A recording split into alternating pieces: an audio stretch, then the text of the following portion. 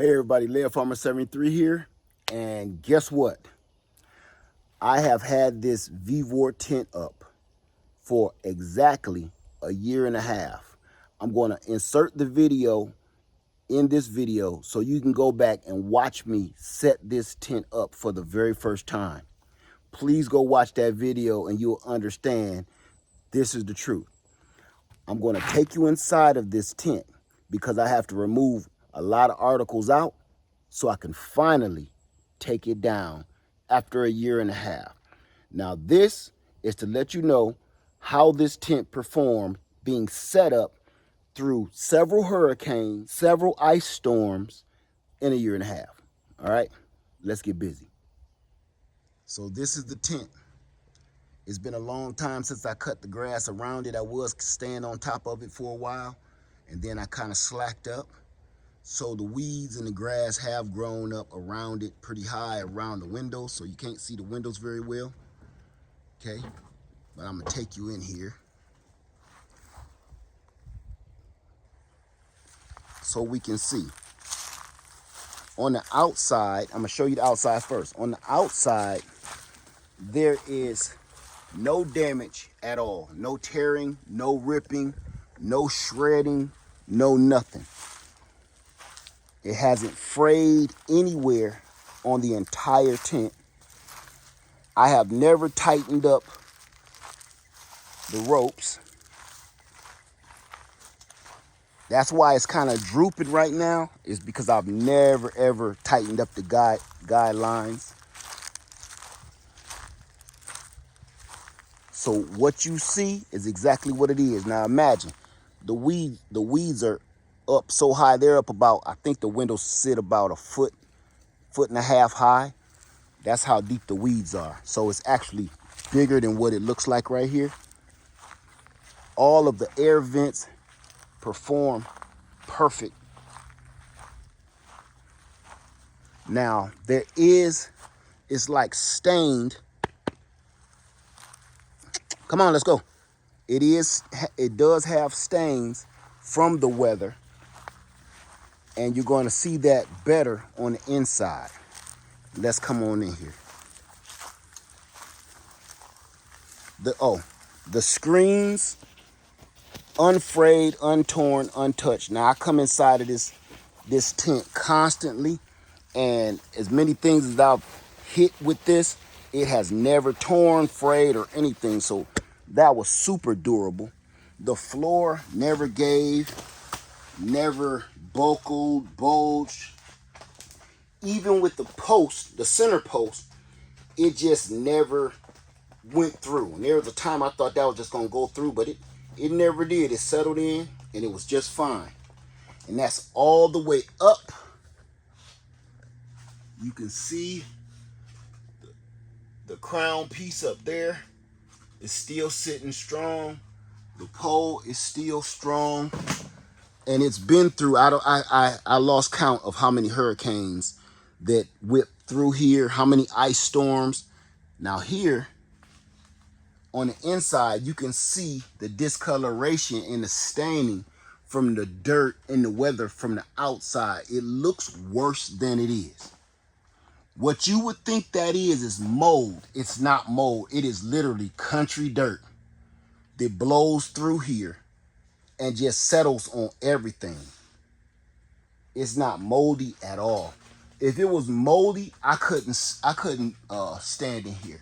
It would make me literally sick. So everything that you're seeing is just dirt. And if I knew how to wash it, which I do not, I would wash it because I have to put it away. And I would like to wash it first and clean it up a little bit.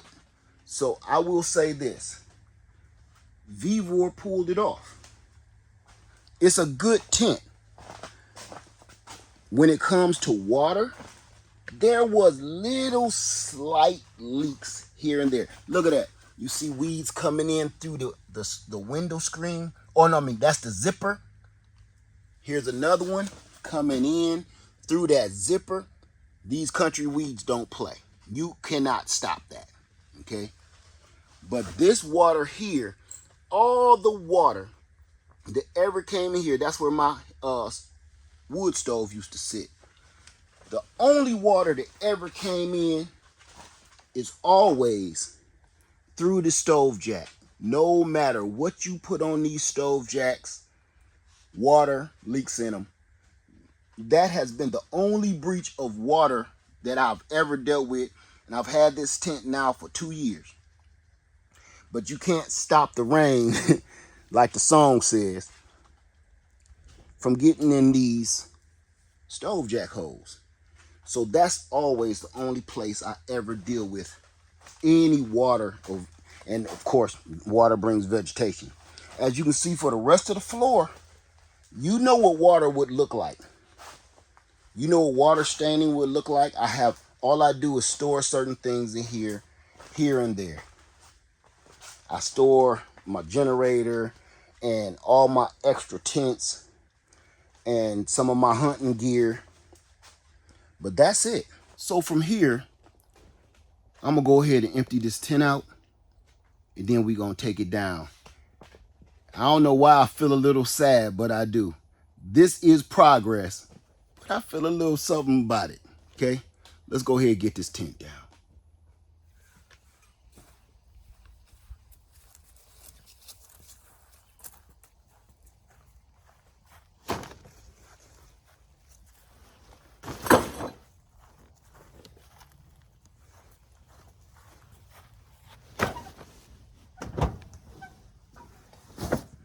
Okay, you guys, fully emptied out. What I have to do now is come in and sweep up. After we sweep, we'll start taking the stakes out of the ground.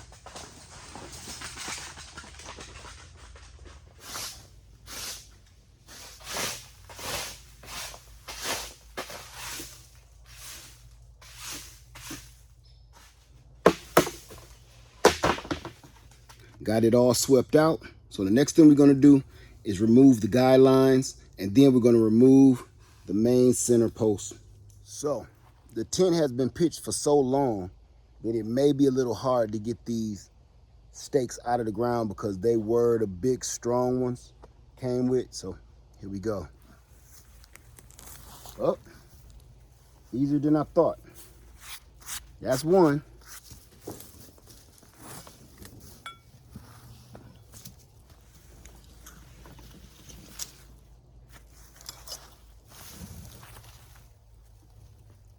This one would be right on a red anthill. That's our last one, y'all. Once we get this entryway post out, that's it. It's gonna drop like a rock. That entry collapse, we're gonna take that loose. First thing we gotta do is take the cap off. I can't believe, look, cap crumbled in the sun. All right, let me show you better in here. We got to take this A-frame out. So I'm just gonna lift the tent up. I'm taking the footing out of that pocket over there in that corner. And I'm gonna do the same thing for this side.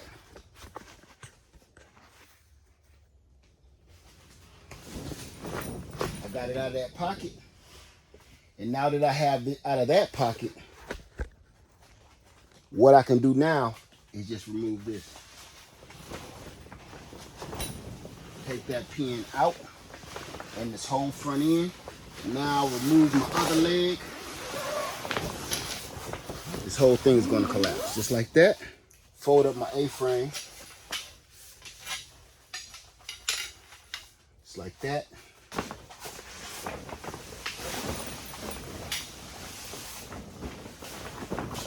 All right, once I remove this post, the whole tent is gonna fall.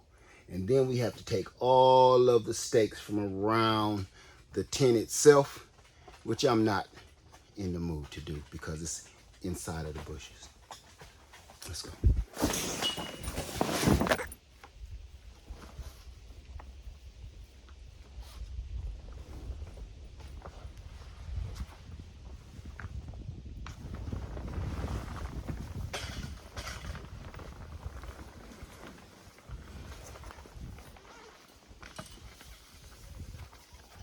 I shouldn't feel this sad, but I do. I'm happy and I'm sad. I'm happy because I missed this space, but I'm sad because I love this tent. I got used to it being here for a year and a half. Keep all of your plungers. This was the top.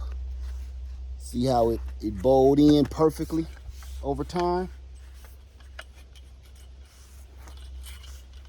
This is the spring-loaded post too, and that's the bottom. It's a sad moment for me.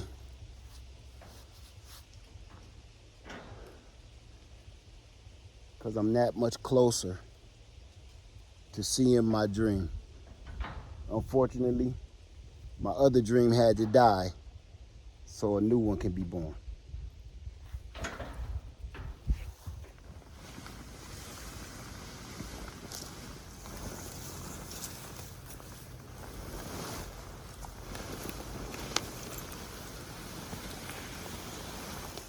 And here's proof that you don't need a specialized tarp.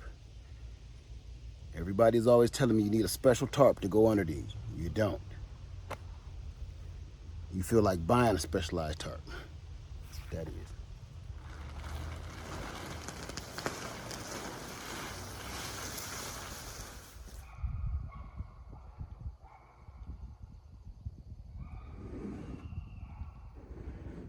And here's our finished product. This is it. Had to cut the grass down. And I left the grass clippings over there to kind of help the grass grow back in time. But this is it. Not bad. Now, what are we gonna do with the white duck tent? Thanks for watching, you guys. I hope this helped you. The Vevor tent, score big points with me. Live Farm 73, I love you, and I'm out. Peace.